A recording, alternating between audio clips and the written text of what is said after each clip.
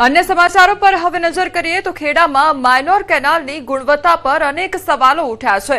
तो महेमदाबादना वांटवाड़ी गामेथी पसार थाय छे आ केनाल माही सिंचाईनी 14/2 माइनोर केनालमां भ्रष्टाचारनी गंध आवी रही छे। एमएलए अर्जुन सिंह चौहाणे अनेक सवालो उठाव्या छे। तो केनालनी कामगीरीनुं जात निरीक्षण करता सामे आवी विगतो। अंदाजे 2 करोड़ना खर्चे आ केनाल जे छे ते बनाववामां आवी रही छे। तो 4 किलोमीटर लांबी आ माइनोर केनाल नवी बनावेली छे त्यारे केनालनी गुणवत्ता पर अनेक सवालो उठाव्या छे। एमएलए जाते हथोड़ीना वार करीने देखाड़ी गुणवत्ता तो केनालना बांधकामनी हलकी गुणवत्तानो पर्दाफाश कर्यो छे। सीमेंटना पोपड़ा उखड़ता हलकी गुणवत्ता सामे आवी छे। अर्जुन सिंह चौहाणे केनालनुं काम नवेसरथी करवानी मांग करी छे।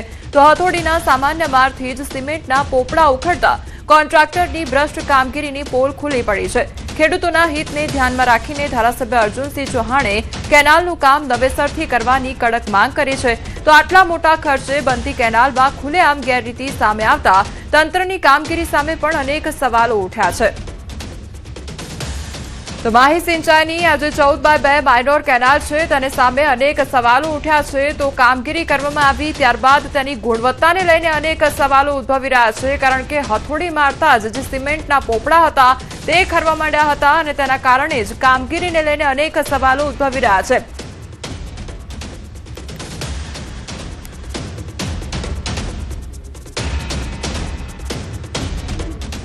तो महेमदाबादनी आ घटना सामे आवी छे के ज्यां केनालनी कामगीरी पूर्ण थता ज तेनी गुणवत्ताने लईने अनेक सवालो उद्भवी रह्या छे के आखरे कया प्रकारनुं काम करवामां आव्युं छे।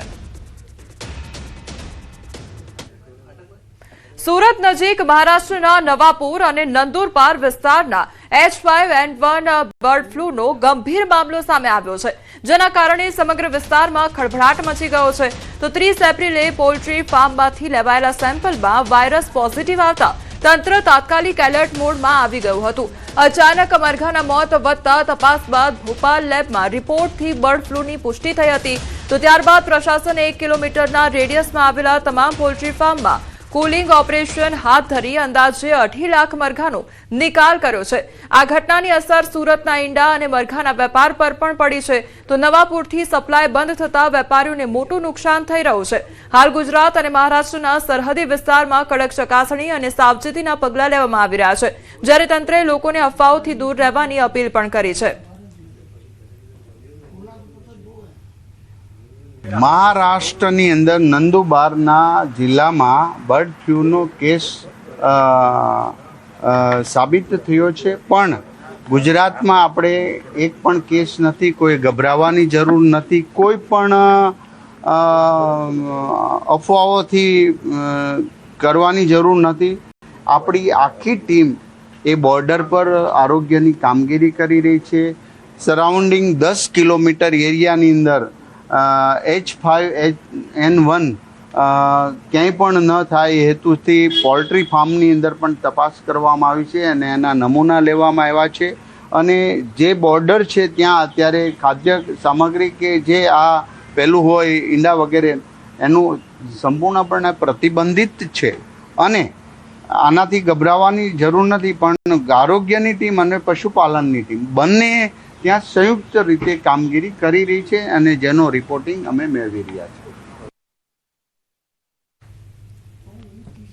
તો મહારાષ્ટ્રમાં બર્ડ ફ્લૂને લઈને આરોગ્ય મંત્રીનું નિવેદન સામે આવ્યું છે। નંદુરબારમાં બર્ડ ફ્લૂનો કેસ આવ્યો છે તેવી વાત કરવામાં આવી। તો ગુજરાતમાં કોઈ કેસ સામે આવ્યો નથી, કોઈએ ગભરાવાની જરૂર નથી। તો પોલ્ટ્રી ફાર્મમાં તપાસ પણ કરવામાં આવી રહી છે। ગુજરાત અને મહારાષ્ટ્રની બોર્ડર પર આવેલું છે નવાપુર ગામ, અને આ નવાપુર ગામથી દરરોજ 10 લાખ ઈંડા સુરત આવતા હતા। જો કે છેલ્લા કેટલાક દિવસથી ઈંડા નથી આવતા, તેની પાછળનું કારણ છે નવાપુર અને નંદુરબારમાં શરૂ થયેલો બર્ડ ફ્લૂ નામનો રોગ। ત્યારે પોલ્ટ્રી ફાર્મ એસોસિએશનના પ્રમુખ આરીફભાઈ આપણી સાથે છે। આરીફભાઈ, સૌથી પહેલાં તો કયા પ્રકારનો આ રોગ છે અને એનાથી શું અસર ગુજરાત અને સુરતની? આ જે છે એ બર્ડ ફ્લૂ એટલે અમારો H5N1 આ વાયરસ છે। એ વાયરસ હોવાથી એને બર્ડ ફ્લૂ કહે છે WHO લેંગ્વેજના અંદરમાં। અને અમારા કલેક્ટરશ્રીના આદેશથી બર્ડ ફ્લૂ 29 તારીખે ડિક્લેર થયો છે અને એના અંદરમાં 1 કિલોમીટરમાં આવતા જે બી પોલ્ટ્રી ફાર્મ્સ છે એના ટોટલી જે પણ કંઈ મરઘા સારા હોય ખરાબ હોય એ બધા જ ગવર્મેન્ટના માણસો મારી નાખે છે અને એનું જે કોમ્પેન્સેશન છે એ પણ અમને આપે છે, ભલે અમને લોસ જાય પણ થોડું અમને મળે છે. ઈંડા જે છે, ઈંડા આજે સુરત તમે જે પૂછ્યું તે પ્રમાણે અમારા જે સપ્લાય છે તે ડેલી ઈંડા 10 લાખ ઈંડા ડેલી અમારા સુરત આવતા હતા, પણ અત્યારે કલેક્ટરશ્રીના આદેશથી અમારો ટોટલી ફાર્મ બધા સીલ છે, તો અહીંયા સપ્લાય છે, સુરતનો સપ્લાય અમારો ટોટલી અત્યારે બંધ થઈ ગયો છે. સાહેબ, કેટલા મરઘા મારી નાખવામાં આવ્યા છે અને આજે 10 લાખ ઈંડા આવતા ત્યારે દરરોજનું અંદાજે કેટલું નુકસાન? આમાં જે છે 1 કિલોમીટરના અંદરમાં જે આવતા હતા એ 2,40,000 મરઘા એ લોકો મારી નાખ્યા છે. ત્યાર પછીના બીજા 2 કિલોમીટર અને 3 કિલોમીટર એના એ જે બફોર્સ ઝોન છે એના અંદરમાં હજુ બી 7-8 લાખ મરઘા છે. એના બ્લડ સેમ્પલ એ લોકોએ ભોપાલ મોકલ્યા છે. એનો રિપોર્ટ આવ્યા પછી ગવર્મેન્ટ એના ઉપર ડિસિઝન લેશે. અને જે નુકસાન છે તે આજે શું છે કે ડેલી 50 લાખ રૂપિયાનું જે ટ્રાન્ઝેક્શન છે અમારા નવાપુર જેવા નાના ગામના અંદરમાં એક બહુ મોટી એનાથી એક અસર કહી શકાય કે ટોટલી અમારું ટ્રાન્ઝેક્શન અટકી ગયું છે. બિલકુલ આરીફભાઈ વાત કરી તે પ્રમાણે ભલે બર્ડ ફ્લૂ નવાપુર અને નંદુરબાર જિલ્લામાં હોય પણ તેની સીધી અસર સુરતમાં જોવા મળી રહી છે, કારણ કે સુરતમાં દરરોજ 10 લાખ ઈંડા આવતા હતા. સુરતીઓ ઈંડા ખાવાના શોખીન છે, ત્યારે ઈંડા આવવાના બંધ થયા છે. ત્યારે બીજી બાજુ જે બર્ડ ફ્લૂ છે તેને લઈને દિલ્હી 50 લાખનું નુકસાન નંદુરબાર નવાપુર ડિસ્ટ્રિક્ટને થઈ રહ્યું છે. કેમેરામેન જીગર ગુગલ સાથે કીર્તેશ પટેલ, ન્યૂઝ 18 ગુજરાતી, સુરત. ગીર સોમનાથમાં સતત બીજા દિવસે વરસાદ ખાબક્યો છે. સતત બીજા દિવસે ગીરના વાતાવરણમાં પલટો આવ્યો છે, તો ભારે ગરમી અને ઉકળાટ બાદ પલટો આવ્યો છે. ગીર ગઢડાના ગામોમાં પવન સાથે વરસાદ ખાબક્યો છે, તો જાણે મિની વાવાઝોડું ત્રાટક્યું હોય તે પ્રકારની પરિસ્થિતિ જોવા મળી છે. કમોસમી વરસાદ અને ભારે પવનના કારણે કેસર કેરી પકવતા ખેડૂતોને ભારે નુકસાન જવાની આશંકા સેવાઈ રહી છે. ગીર ગઢડાના હરમડિયા તેમજ પીછવી, એભલવડ, ધોકડવા, બેડિયા સહિતના ગ્રામ્ય વિસ્તારોમાં કમોસમી વરસાદ ખાબક્યો છે, તો વાતાવરણમાં એકાએક પલટો જોવા મળી રહ્યો છે. સંવાદદાતા દિનેશ અમારી સાથે જોડાઈ ગયા છે. દિનેશ, સતત બીજા દિવસે વરસાદી માહોલ જામ્યો છે, ત્યારે કયા પ્રકારની પરિસ્થિતિ જોવા મળી રહી છે?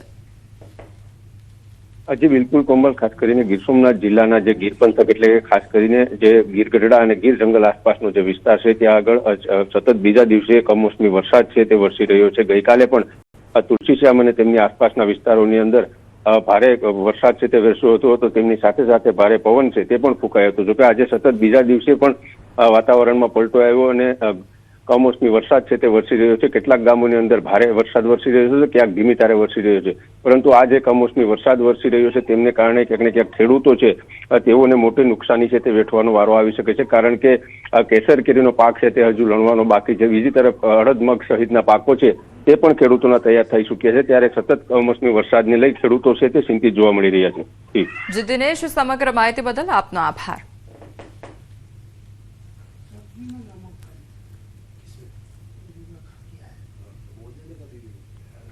આગામી 7 દિવસના વાતાવરણને લઈને આગાહી કરવામાં આવી છે. હવામાન વિભાગે કમોસમી વરસાદ અને તાપમાનને લઈને આગાહી કરી છે. આજે સૌરાષ્ટ્રના ભાગોમાં કમોસમી વરસાદ ખાબકી શકે છે. સાયક્લોનિક સર્ક્યુલેશન અને ટ્રફ સક્રિય થતા માવઠાની આગાહી કરવામાં આવી છે. રાજકોટ, મોરબી, બોટાદ, ભાવનગર, અમરેલી અને કચ્છ સહિતમાં કમોસમી વરસાદ વરસી શકે છે. 6 से लेकर 12 मई तक इसमें 6 तारीख को आइसोलेटेड क्षेत्रों में उत्तर से लेकर दक्षिण मध्य भाग सौराष्ट्र कच्छ की हल्का से मध्यम बरसात का संभावना रहेगा मेघ गर्जना के साथ. जो डिस्ट्रिक्ट इसमें हम लोग आज दे रहे हैं अमरेली, भावनगर, बोटाड, मोरबी, राजकोट और कच्छ के लिए दिया गया है. તો આગામી 3 દિવસ તાપમાનમાં કોઈ મોટો ફેરફાર નહીં જોવા મળે. આગામી 3 દિવસ બાદ તાપમાનમાં થઈ શકે છે વધારો. તાપમાનમાં 2 થી 3 ડિગ્રીનો થઈ શકે છે વધારો. 40 ડિગ્રી સુધી જઈ શકે છે તાપમાનનો પારો. अगले 3 दिन तक कोई तापमान में बड़ा बदलाव नहीं रहेगा, लेकिन उसके आगे तापमान में बढ़तर रहेगा, ग्रेजुअल राइज रहेगा 2 से 3 डिग्री सेंटीग्रेड. और जो अधिकतम तापमान का मोटा मोटी में बोला जाए तो आइसोलेटेड क्षेत्रों में जो तापमान है 40 डिग्री से आइसोलेटेड प्लेसेस में रहने का संभावना रहेगा.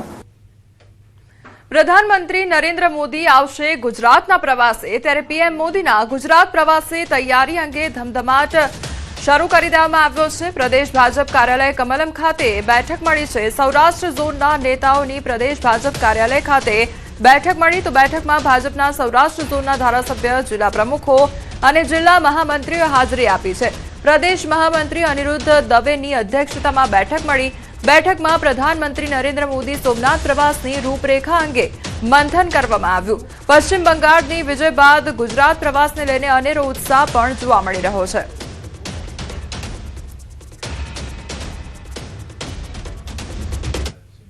સુરતમાં